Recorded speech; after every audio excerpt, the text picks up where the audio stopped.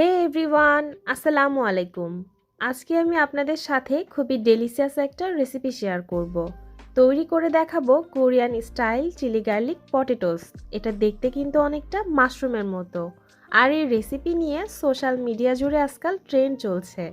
আলু আর অল্প কিছু উপকরণ দিয়ে দুর্দান্ত স্বাদের এই রেসিপিটা বিকালের নাস্তার আইটেম হিসেবে রাখতে পারেন।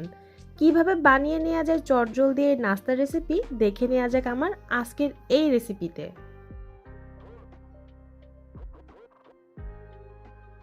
আজকের রেসিপির মূল উপকরণ আলু। আমি এখানে 2টা আলু খোসা ছাড়িয়ে ছোট ছোট কিউব করে কেটে নিয়েছি। এবার আলুগুলোকে সিদ্ধ করে নিব।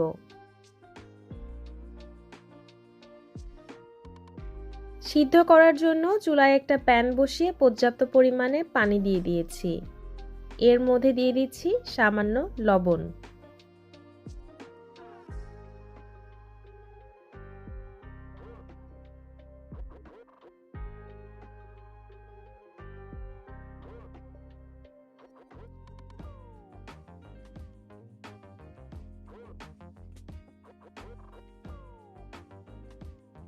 এই রেসিপি তৈরির জন্য আলুটাকে খুব ভালোভাবে সিদ্ধ করে নিতে হবে। আর আলুটাকে ভালোভাবে সিদ্ধ করার জন্য আমি ঢাকনা দিয়ে ঢেকে দিচ্ছি।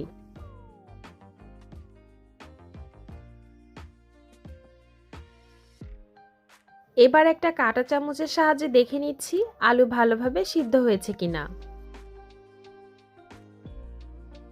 আলুগুলো পানি ঝরিয়ে তুলে নিচ্ছি আর গরম থাকা অবস্থাতেই একটা ভেজিটেবল স্ম্যাশার দিয়ে ম্যাশ করে নিচ্ছি। আলুগুলো ভালোভাবে ম্যাশ করে নিতে হবে যাতে ভিতরে কোনো দানা না থাকে। আমার কাছে মনে হয় ভেজিটেবল স্ম্যাশার দিয়ে যতই ভালোভাবে ম্যাশ করে নেই না কেন হাত দিয়ে মেখে নেওয়ার উপরে কিছু হয় না, তাই আমি হাত দিয়ে খুব ভালোভাবে আবারও মেখে নিচ্ছি। আলুর ভিতরে যদি দানা দানা থেকে যায় তাহলে কিন্তু তৈরি করার পরে খেতে ভালো লাগবে না। এর মধ্যে দিয়ে দিচ্ছি 1 কাপ কর্নফ্লাওয়ার।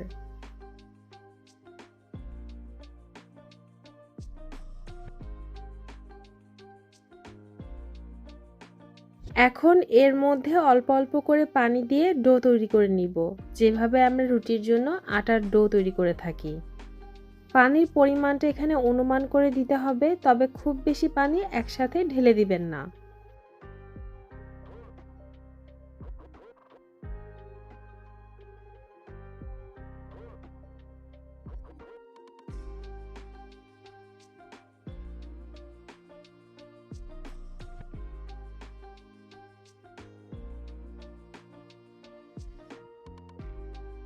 মথে নেওয়া হয়ে গেছে আর খুবই মসৃণ একটা ডো তৈরি হয়ে গেছে। 2 হাতের তালুতে আমি সামান্য পরিমাণ তেল মেখে নিচ্ছি।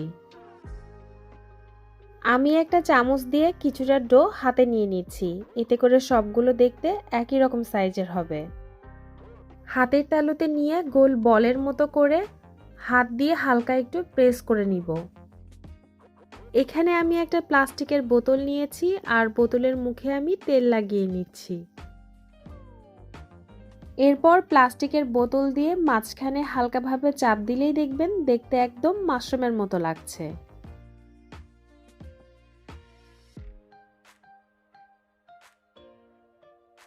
আর ঠিক একইভাবে আমি সবগুলো তৈরি করে নিব।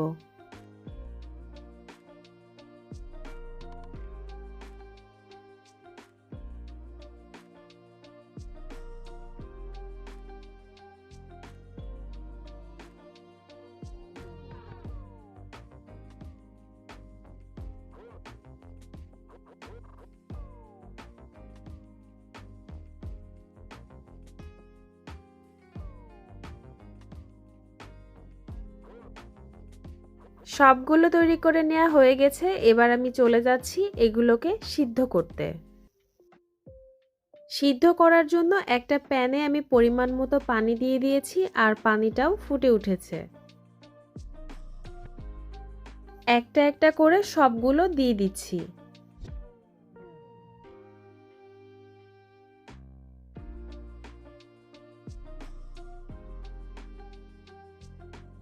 চাইলে এগুলোকে নেড়েচেড়ে দিতে পারেন, আবার না নাড়লেও কোনো প্রবলেম নেই, এগুলো একাই উল্টে পাল্টে সিদ্ধ হতে থাকবে।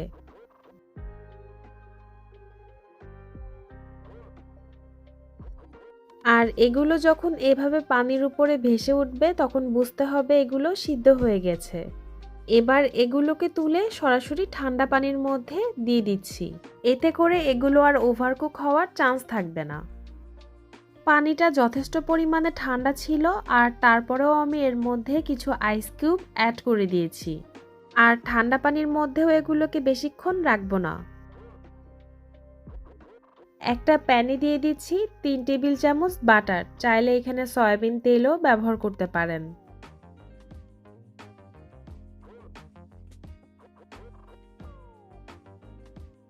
বাটার মেল্ট হয়ে গেলে দিয়ে দিচ্ছি 2 চা চামচ রসুন কুচি আর 2 চা চামচ আদা কুচি। এগুলোকে হালকা একটু ভেজে নিব, ব্রাউন কালার করে ভেজে নেওয়ার কোনো প্রয়োজন নেই। দিয়ে দিচ্ছি 1 টেবিল চামচ টমেটো সস আর হাফ চা চামচ লাল মরিচের গুঁড়া।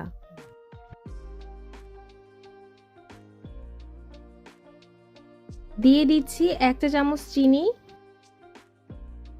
আর স্বাদমতো লবণ। দিয়ে দিচ্ছি 1 টেবিল চামচ কাঁচামরিচ কুচি। এখন এর মধ্যে দিয়ে দিচ্ছি 1 টেবিল চামচের মতো লেবুর রস। এবার সিদ্ধ করে রাখা পটেটো মাশরুমগুলো এর মধ্যে দিয়ে দিচ্ছি।